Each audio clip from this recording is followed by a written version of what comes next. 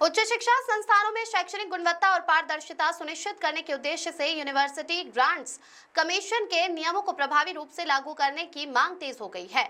इस संबंध में छात्रों और शिक्षकों के एक प्रतिनिधि मंडल ने प्रशासन को ज्ञापन सौंपकर उच्च शिक्षा संस्थानों में यूजीसी दिशा निर्देशों का कड़ाई से पालन कराने की मांग की।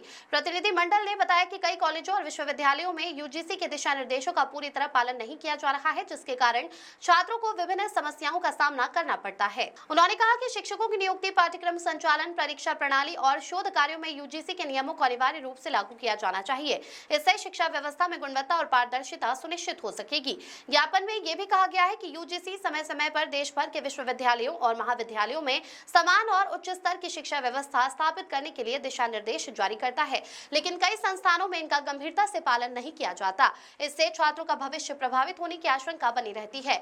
प्रतिनिधियों ने मांग की है कि कॉलेजों में पर्याप्त संख्या में योग्य शिक्षकों की नियुक्ति की जाए और लाइब्रेरी, प्रयोगशाला सहित अन्य शैक्षणिक संसाधनों को भी यूजीसी के मानकों के अनुरूप विकसित किया जाए। साथ ही विश्वविद्यालयों में पारदर्शी परीक्षा प्रणाली लागू करने और समय पर परिणाम घोषित करने की व्यवस्था सुनिश्चित करने की भी मांग की गई।